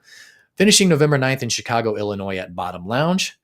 Military Gun, Liquid Mike, and Public Opinion are going out starting October 25th in Palm Springs, California at Hotel Zoo, finishing November 22nd in Albuquerque, New Mexico at Launchpad. Census Fail, Story of the Year, and Armor for Sleep have a tour set up, of course, starting November 17th in Atlanta, Georgia at the Eastern, finishing December 13th in Riverside, California at Riverside Municipal Auditorium. Bad Omens, Bill Murray, and The Ghost Inside are going to Europe and to the UK, starting November 21st in Dublin, Ireland at 3 Arena, finishing December 12th in Amsterdam, Netherlands at AFAS Live. Flagman has a very brief West Coast tour set up, starting November 1st in Palmdale, California at Transplants Brewing, finishing November 7th in Seattle, Washington at Funhouse. Incendiary and Desolated have 3 European and UK dates. Desolated will be appearing at the UK dates only. March 6th in Manchester, England at Gorilla. And then I guess again on March 6th in London, England at Underworld. I don't know. I don't even know if that's like a day, an evening, not sure. And then they're going to be going to Ypres, Belgium at the Leperfest on March 7th. Imminence and Neobliviscaris have a December European and UK tour set up. It's only 5 dates. December 16th in Tilburg, Netherlands at 013. December 17th in Paris, France at the Salle Playel. December 18th in Cologne, Germany at the Palladium, December 19th in Hamburg, Germany at the Insel Park Arena, and December 21st in London, England at Roundhouse. Then Born of Osiris, Within Destruction, Aversion's Crown, and Larcenia Row are going to Europe and to the UK in 2026 in January. Starting January 9th, 2026 in Cologne, Germany at Gebäude 9. And that's the number 9, not 9 as in no for Germany. I just wanted to make that clear. And then finishing January 31st in Hanover, Germany at Bei Shea Heinz. So I guess maybe Jason had to go take a piss or something, but that is hitting the road for the 16th through the 22nd. Wow, perfect timing. I was here listening to Oton. Okay. Like I said, I got a lot of projects going on. Motherfuckers are trying to like come over and do shit now, and I'm like, no, motherfuckers, I told y'all between 1 and 3. You'll come when I tell you to fucking come. Like, I mean, all in your face. Right. The cum of God all in your face. That's right. That's right. God, somehow we managed to tie stuff together. It's so weird how we get there. Yeah. It's a blessing and a curse, I guess. I don't know, but again, last week's play theory. There you go. Yeah. Yeah. I used to share that on here, but I feel like that's just a lot of stuff that you can't copy or can't click. So I'm just like, you kind of got to the point where just like it's kind of redundant just to post it because can't nobody do anything with it anyway. So yeah. But that playlist is on Spotify. So if you want to go in and check that out, you can look for the little icon for the Metalheads Unite, which is the one in the comment section there. I think not the one behind us, but right. I almost feel like I should. So the whole thing was with the new logo. When I made the new logo, was everybody's like, "Oh, well, are you going to change it to that?" And I'm like, "No, because I think that would, we've only been around for 5 years, so I don't want to confuse people on trying to find us for one, and then that's one part of it, and two, I had to go and re-merchandise everything, my banners, all that shit. I'm just like, I'm not doing that right now. We don't have that kind of financial flexibility. Right. Yeah. I'm paying another, $100-$200 for a damn banner and just to put a new thing on it. Right. So, but anyway, that's beside the point. Business cards, a different story. I may put that on a business card, Sure. But, and then, probably have both logos on it actually. That way people can find it either way. But that's actually a good idea. Yeah. I actually need to make some anyway. So, all right. Oh, it actually would be good to have some for Louder Than Life. I didn't even think. Yeah, that's my plan. I plan on having them done before then. So, all right. So that will take us into this week's theme of the week, which we went with Silent and Loud. Yes, we did, and we actually did this. We actually both did the same one this time. Yeah, we actually did the same one. So, yeah. So I have the silent part of this one. So I have the loud part. He does, yeah. And in doing that, just made me realize I can probably add some stuff to this because I didn't even use whisper as one of the fucking. There you go. Play on words. So, oh man. So anyway, you got me to look up stuff already. Well, these playlists are always fluid anyway, because we come up with the initial list, we put it together. I send it to Kayla, she adds some, and then I put it up for addition in the in the Facebook group, which I think we outside of Victor, because I sent it to him too. I think only one person has ever added a song, which I think is weird. It's hey, add a song if you want. I think only one person's ever taken us up on the offer. So. Anyway, theme of the week, Silent Loud. I got the silent parts, so I will kick that off here with Queensryche, Silent Lucidity from Empire 1990. And yes, I know it's a ballad. I don't fucking care. It's a good song. For Christ's sake. Yeah, so I know, like some people's like, it's crazy because I get some feedback sometimes with the radio station. They're like, man, that stuff kicks ass with all that stuff, and then you played a ballad. I'm like, yeah, that's part of metal, dude. Ballads are part of metal. And then some people's like, oh man, I was listening to it, but it was too rough. And then you played this ballad. So then I was like, all right, I'll stick around a little longer. So it's kind of like you know, You can't win for losing. exactly. You know, it's a blessing and a curse. Ah, We're gonna play it until you fucking listen to it. that's right. We're gonna beat it like a We're gonna dead keep horse. talking. We're gonna keep talking about it. So, That's right. anyway, my second one here was Avatar: Silence in the Age of Apes from Hunter Gatherer 2020. Yes. My third one is another ballad type, so but you'll get over it. It's a hell of a cover, so I went with Disturbed: Sound of Silence from Immortalized 2015. Then I I, went with Killswitch. Huh? I don't. That's the thing is, I mean, that one. I know a lot of people shit on Disturbed. I've been a Disturbed fan since 1999. I know a Mm-hmm. lot of people shit on Disturbed, but I mean, what Disturbed did when they brought that cover, and it brought, again, it brought mainstream attention to heavy Yep. metal when they covered that song. So you don't have to like Disturbed, you don't have to like their version of that cover. You don't have to like any of it. Like I say, I don't really care for Sleep Token. I've never really gotten into baby metal. Yeah. Anything that brings attention, anything. Yeah. So it had that song had to be on there. It had to be. Yeah. And then the next one is Killswitch Engage, Break the Silence from As Daylight Dies 2007. And then I went with Trivium, Silence in the Snow from, of course, Silence in the Snow 2015.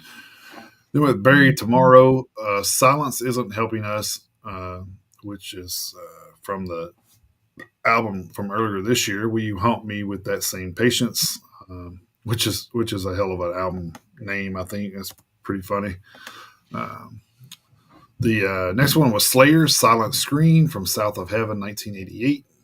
Then with the Day to Remember, Silence from the Big Old Album Volume 1 from earlier this year. uh, then I went with While She Sleeps, Silence Speaks. Oh, man, that's a mouthful to say. That was a lot of S's. Yeah. I got a lisp saying all that Yeah. stuff. Some sprinkles. Yeah, you gotta wipe off your mic. Yeah, you gotta wipe off your microphone. Yeah, had to wear one of those. I had to wear one of those DX head covers with the windshield wipers. Yeah. That one was from the album "You Are We," 2017. Next one, I went back a little bit. I went with Halford, "Silent Screams" from Resurrection 2000. Nice. So not even Iron Maiden, or not even Judas Priest, not even Fight. It was actually from the Halford band. So Nice. which is kind of ironic that we don't have more of that stuff on here, because I forget about him having that project. Yeah. Honestly, I do, and a lot of times I'm like, oh yeah. That's right. Yeah. uh, Morning, then I Amy. went, yeah. Then I went with Iron Maiden, "Out of the Silent Planet" from Brave New World 2000. Then I went with Warbringer, "When the Guns Fell Silent" from Woe to the Vanquished Yes. 2017. Yes. And then I went with Sepultura, "Silent Violence" from Machine Messiah 2017. And then went with one of our most recent guests and finds, Insight, "Silence" from Oppression 2016. Hell yes. And I went with Primal Fear, "Silence" from Black Mhm. Sun 2002. Then I went Ooh, with man, White. you went back a ways. Primal Fear. I You went went, back a ways. yeah, I did. I Yeah. did, yeah. Then went with Whitechapel, "Dead Silence" from the Whitechapel self-titled album in 2012. Then went with In Flames, "The Quiet Place" from the soundtrack to Your Escape 2004. And then last but not least, I went with Alpha Wolf, "A Quiet Place to Die" from A Quiet Place to Die in 2020. Nice. Man, this can be a hell of a playlist. Yeah. Uh, I don't know. God, I don't know how many songs that was because I didn't count, but I got to 26. 15 or I something? got to 26. So this is gonna be a good day, Tater. Eight, Um, 18, 18. I got 18 out of that song. nice. All right. Well, I like Jason said, I do have the loud part. So starting out, the first thing that popped into my head as immediately as he said "silent and loud," and probably not from a band you would expect from me, but I went with "I Love It Loud" I by love it loud. "I Love It Loud" by Kiss off "Creatures of the Night" from Uh, 1982. I don't know. Then I went with "Too Loud" by Dream Evil off their album Six from 2017. Then I went with "Born Loud." Oh shit! Oh, hang on. Oh, then I went. Oh, hold on. Get over there. Get over there. Okay, there we go. Then I went with I lost my place. Oh, then I went with Born Loud by a band that I discovered in doing research for this by a band called Chainbreaker off of their album Lethal Desire from 2019. They're a thrash slash speed metal band from Toronto, Ontario. Then I went with Fast Loud Death by Lost Society off the album of the same name from 2013. Then I went with Loud in parentheses Fuck It by Motionless in White off of Graveyard Shift from 2017. Then I went with hang on. Then I went too loud. Then I added a couple of songs from one of our early guests. I had Loud Blood by Source of Rage off Realize the Scope from 2017. Then I had The Louder, The More Right by Source of Rage off of their album Witness the Mess from 2022. So I know we try to not have two songs from the same band on here. I mean, sometimes it happens, sometimes it doesn't. But considering that's one of our past guests, and hey, it fits. So you got Loud Blood and The Louder, The More Right by Source of Rage. Then I went with Live Life Loud by Hammerfall off of Revolution from 2014. Then I went with Louder by Hysterica off their debut album Metal War from 2009. Then I went with Louder by Live Sin off of their album Close Your Eyes from this year, 2025, which is it's a badass album if you get a chance to listen to it, but it's an awesome song too. And then I went with Scream by Avenged Sevenfold off their self-titled album from 2007. Let Me Hear You Scream by Ozzy off of Scream from 2010. Then I went with Come On Feel the Noise by Quiet Riot off Metal Health from 1983. Then I went with Noise by Nightwish off of Human Nature from 2020. Then I went with Blastin' Fast and Loud by Twisted Sister off of Still Hungry from 2004. Then I went with Deafening Silence. Ha! I got a twofer by Machine Head off of Supercharger from 2001. Primal Scream by Motley Crue off of Decade of Decadence from 1991. Rebel Yell by Billy Idol off of Rebel Yell from 1983. Screaming for Vengeance by Judas Priest off of the album of the same name from 82. Scream Bloody Gore by Death off of the album of the same name from 1987. Bring the Noise by Anthrax featuring Public Enemy off Attack of the Killer Bees from 1991. Thunderstruck by AC/DC off the Razor's Edge from 1990. Sirens by Sorcerer off the Crowning of the Fire King from 2017. Cause for Alarm by Death Angel off the Evil Divide from 2016. Cannon Fodder by Sodom off of M16 from 2001. And last but not least, Turn Up the Rage by Artillery, which technically Artillery is loud too, so I got a two for there too. Yeah, there you go. Yeah. From 2021. Nice. Yeah. Yeah. I want to say hey to Hank Hill in the chat. Thanks for Hank Hill back in the chat. He seems to be a he's becoming a regular. Yeah. So we appreciate that. So. Yep. So yeah, that's a pretty good little list. And like I said, I'm gonna add some stuff to it now that I thought about some other play on words in the middle of it. I mean, there you go. Kind of a happy accident. That's right. That's right. Bob Ross said there are no mistakes, only happy accidents. Happy accidents, yeah. Yeah, unless you're trying to make it to the bathroom, then it's not too happy. But there are exceptions to every rule. Yeah.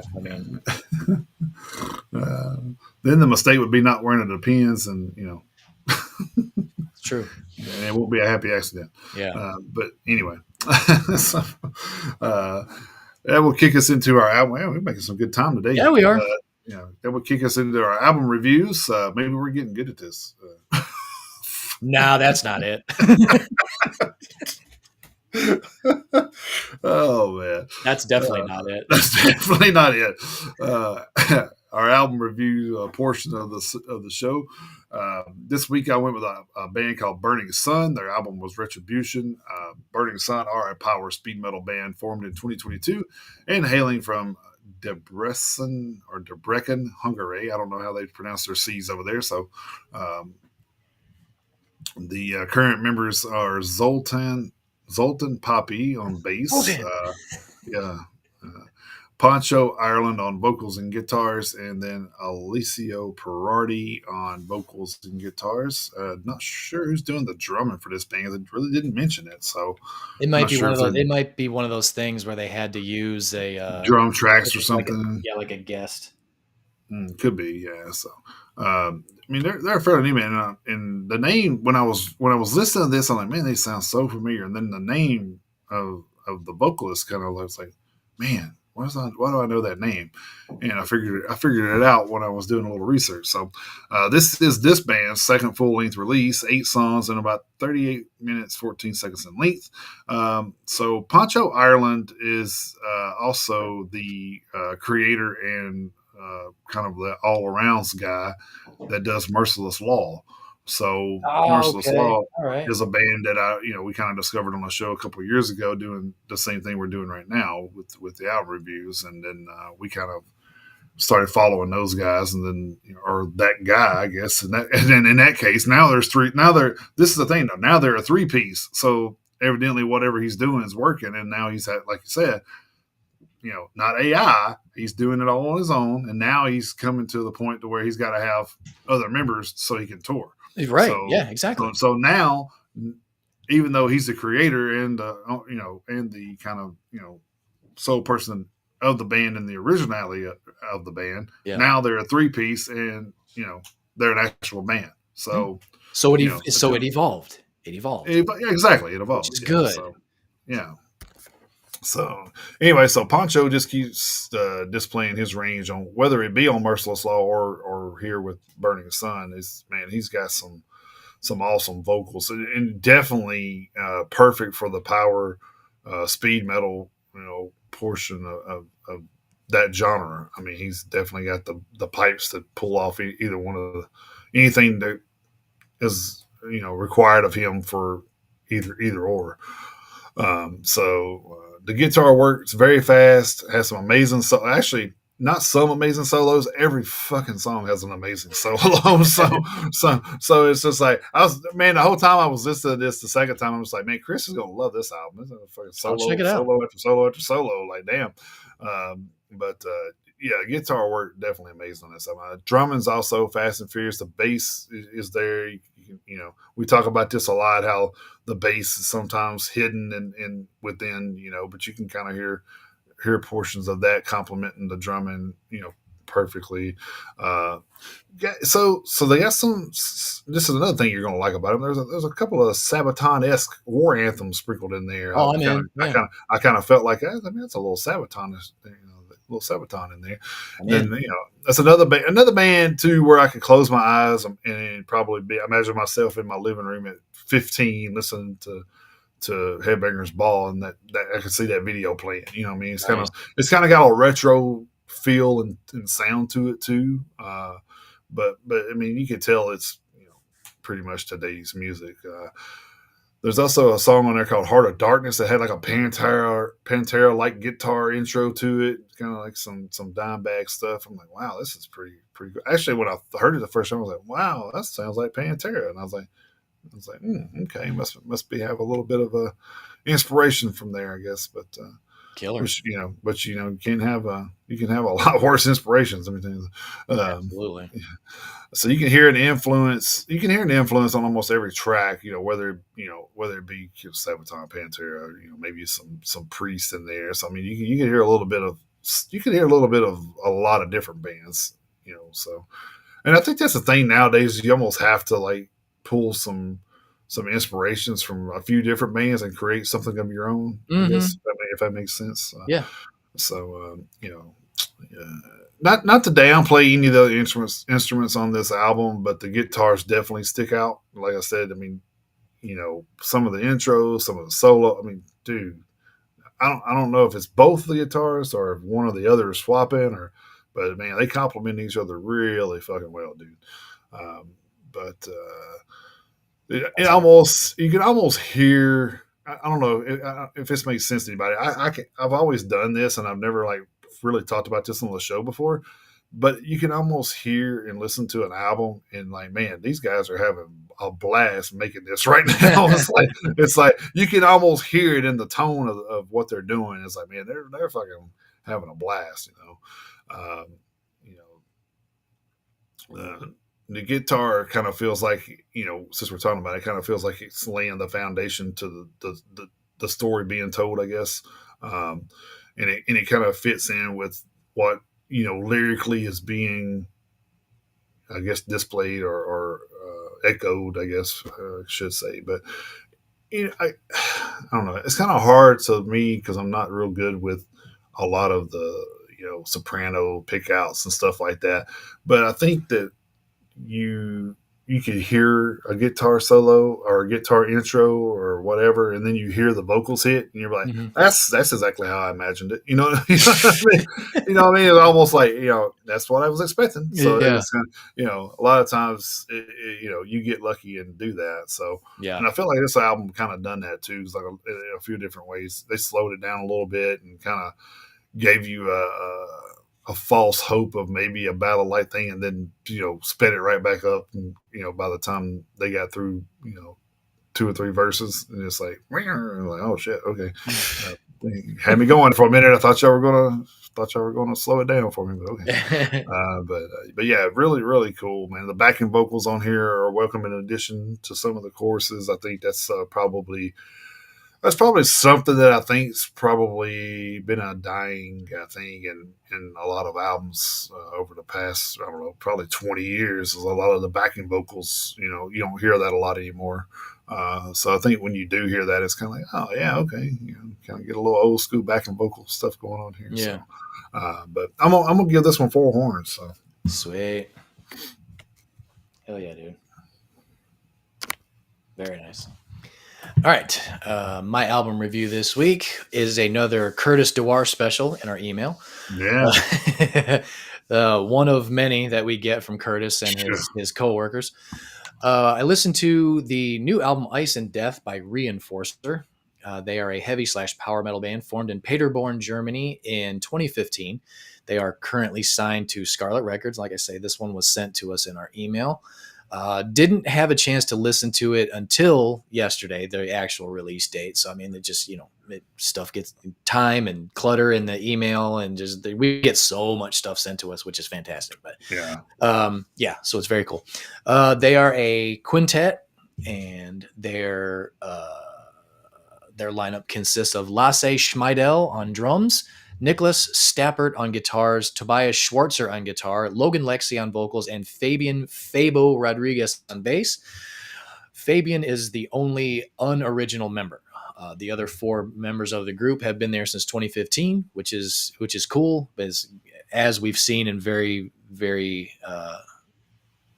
in a lot of our past album reviews, that's becoming more and more rare that a lot of the original members are hanging around. So not sure why the bass player changed, but hey, it happens.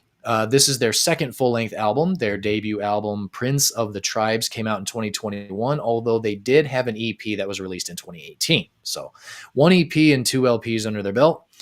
The new album is 9 tracks long, 37 minutes and 33 seconds, so a pretty quick listen. It's a fast listen due to time, and it's a fast listen due to the tempo. Holy shit.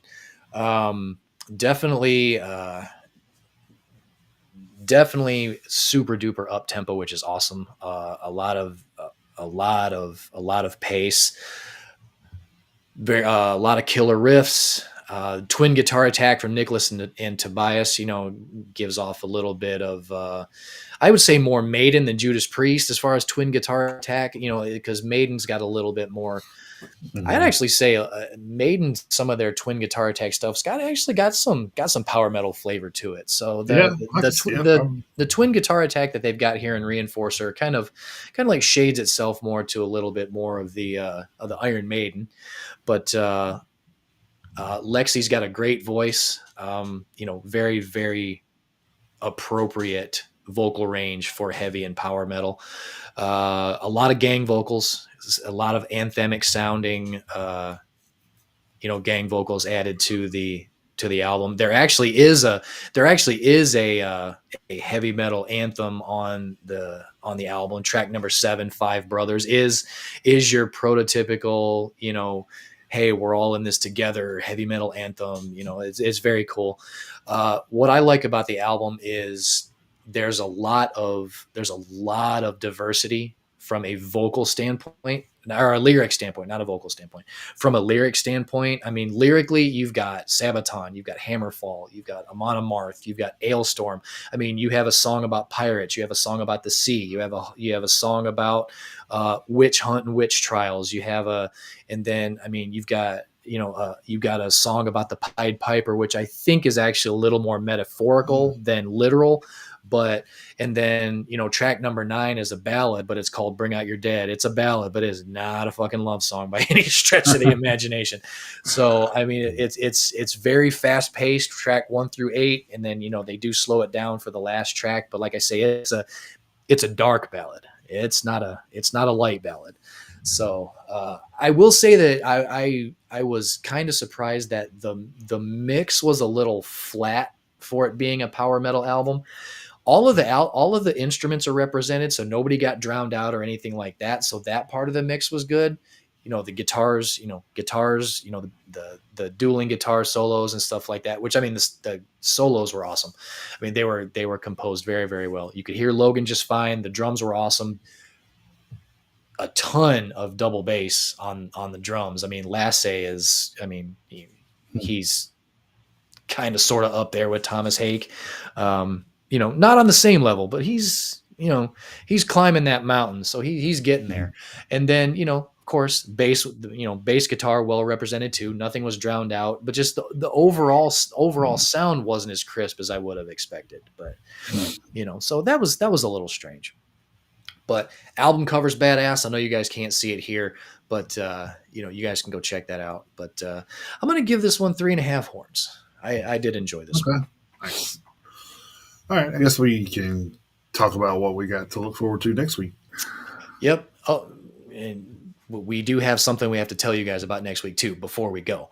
But looking forward to the new releases for next Friday over at heavymusichq.com, our friends over there. Starting out with Ador, We Failed to Love Ourselves. Erebrat with Rite of Dionysus. Ash Magic with Rituals of Anathemic East. Asymmetric Universe with A Memory and What Came After. Blut Sauger with Nocturnal Blood Tyrants. Berghash with La Triada dels Idiotes, that's an EP. Cardinal Sin with Spiteful Intents, that's a re-release. The Casket Lottery with Feel the Teeth. Chaos Doctrine with the Chaos Chronicles Volume 2 and 3. Darker Half with Book of Fate. Deceased with March of the Cadavers, 40 Years of Death Metal from the Grave. Death Hammer with Crimson Dawn. Death Goals with Survival as an Act of Defiance, that's an EP. Deep Purple, Rapture of the Deep, 20th Anniversary Remix. Dusk with Rapoka, that's an EP. End It with Wrong Side of Heaven.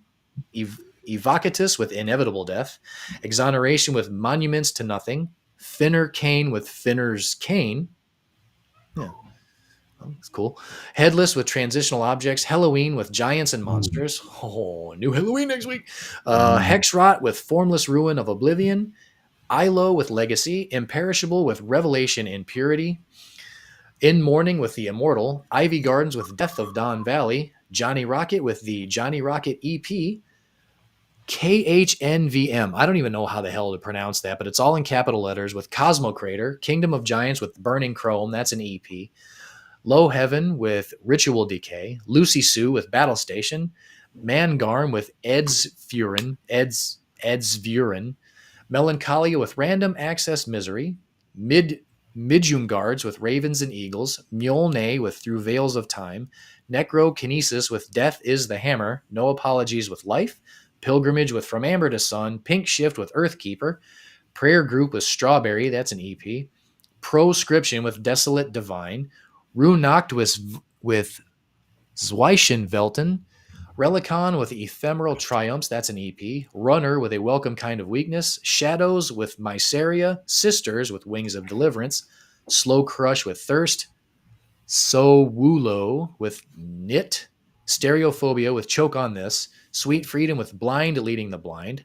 Those Damn Kings with Stronger Than Before. Thanks So Much with The Sound of You Laughing. Toilet Snake with Back from the Sewers. I want to see that. I want to see that album. I do too. Actually, that was my first thought. 2 with Poovochi Poznate J. I guarantee you I didn't pronounce that right. Torso with Annihilation Day, Trudger with Void Quest, Unen with Forever Winter, Ursa Wrath with Emergence, Vicious Rumors, The Devil's Asylum, Visitant with Rubidium, Void with Forbidden Morals, White Horse and Uboa, The Disillusion of Eternity, that's a split album, Wukan with Axiom, and Zatokrev with Bring Mirrors to the Surface. So those are the new releases for next Friday, August 29th. Cool. I was trying to look ahead a little bit too to see if we got anything big coming. Oh, Bless the Fall's got a new album coming out. Nice. Yeah, they do. Let's see. I don't know. Dark Angel Extinction Level Event, that's coming out. Yeah. That's that. Their first album in 34 years. 30 years. Yeah. Yeah. That new E-Line EP is coming out, which is weird because I actually listened to the new E-Line EP, because it got sent to us in our email. It's 4 songs, only 2 of them are new, so that's weird. Oh wow. Yeah. I mean, the 2 new songs are good. Glenn Hughes has got something coming out. Let's see. Primal Fear, Domination, that's coming out. Of course, I've listened to that already. It's good, but Right. Domination officially coming out. Slipknot 25th Anniversary Edition. Tala, yep, 1056. Yeah, so, I mean, some good stuff starting to come. Some good stuff start coming out at the beginning of September. So yeah, not bad. Cool. Not bad at all. But what I wanted to tell you guys before I got into the new releases is next Saturday, August 30th, here in the United States, that's Labor Day weekend, and it's actually my wedding anniversary weekend. So we are actually taking that weekend off. Mm-hmm. So no live show next Saturday. That'll give you time to get caught up on everything. Our interviews, all of our playlists. Go watch you some Metalheads Unite podcast and go listen to some Metalheads Unite playlists. But we will be back live on September 6th. As of right now, we don't have a guest, but we are working on lining some up. So keep an eye on the social media platforms between now and then. But we will be back, at the regular time, September 6th at 10 a.m. Central. So, yep, and happy anniversary, I guess prequel there. Yeah. So I'm sure we'll talk before then, but oh yeah, but yeah, thank you for that. Appreciate it. So anyway, I guess I will start wrapping things up here. We do want to remind you to check out our 24/7 radio station. It is new now. It's at radio.thefrontrow.net, and that's right. That is actually a hub for all of his radio stations, and we just happen to be a part of that family. So just scroll down through and find the live radio station link. It is playing right now. Yeah.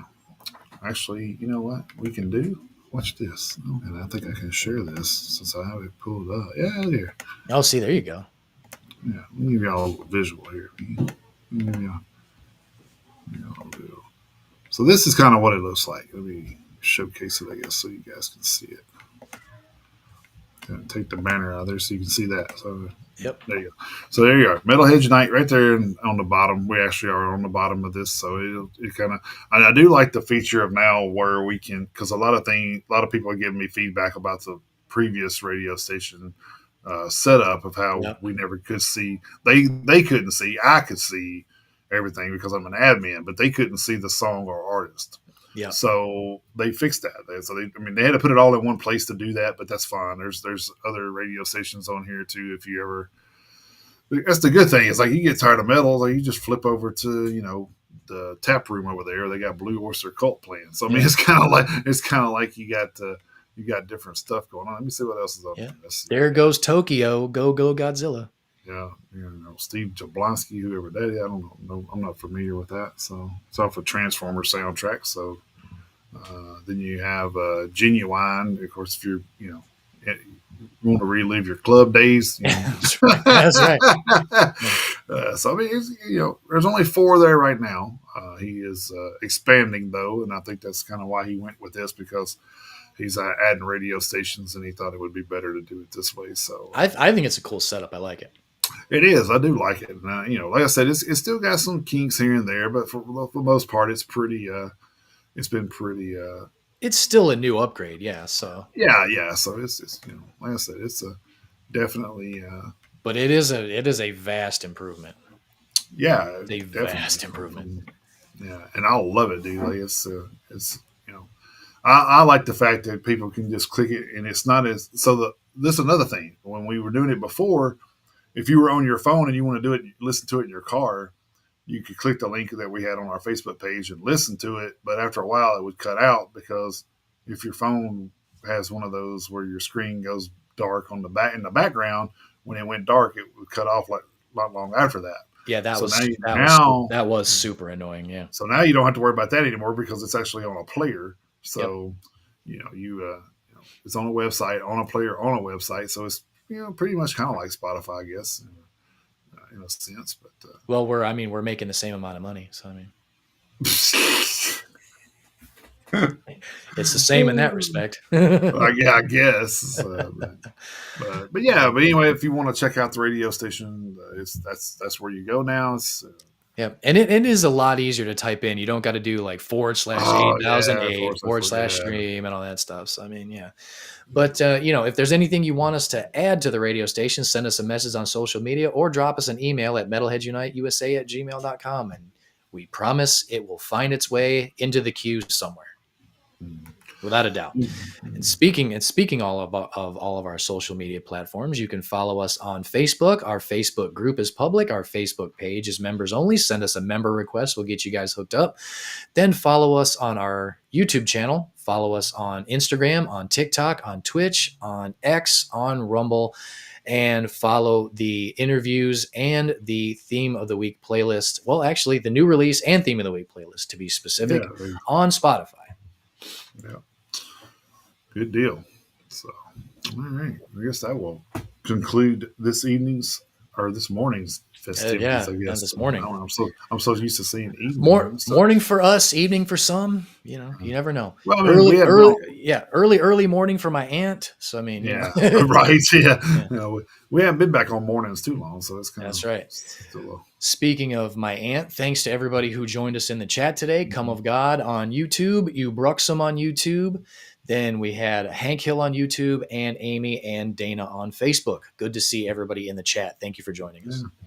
Yeah. All right, guys. Like I said, we will see you back here after Labor Day. So That's right. Hopefully you guys have a safe and enjoyable Labor Day. I know it's the last big pool day and stuff like that. Pretty much, yeah. So I'm not a pool guy, so I'd rather be in the woods somewhere. So same in the woods or in the mountains. Yeah.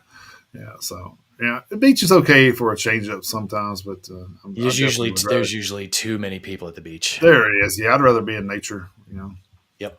So, but anyway, that will conclude this episode of Metalheads Unite. Hopefully, we will have some news. Follow us on our socials because that anything changes where we have a guest or anything, you will find it there, whether it be Instagram or X or Facebook. Yep. Those are the three main ones. I think we would update something like that. Mm-hmm. So check us out there so you can keep up with what is happening while we're off. And we will see you back here the first Saturday in September. That's right. The first Saturday in September. September 6th. Yeah. There you go. Yeah. September 6th. Yeah. All right. Until then, keep those horns held high. Jump in that pit anytime you can. Have a great 2 weeks, you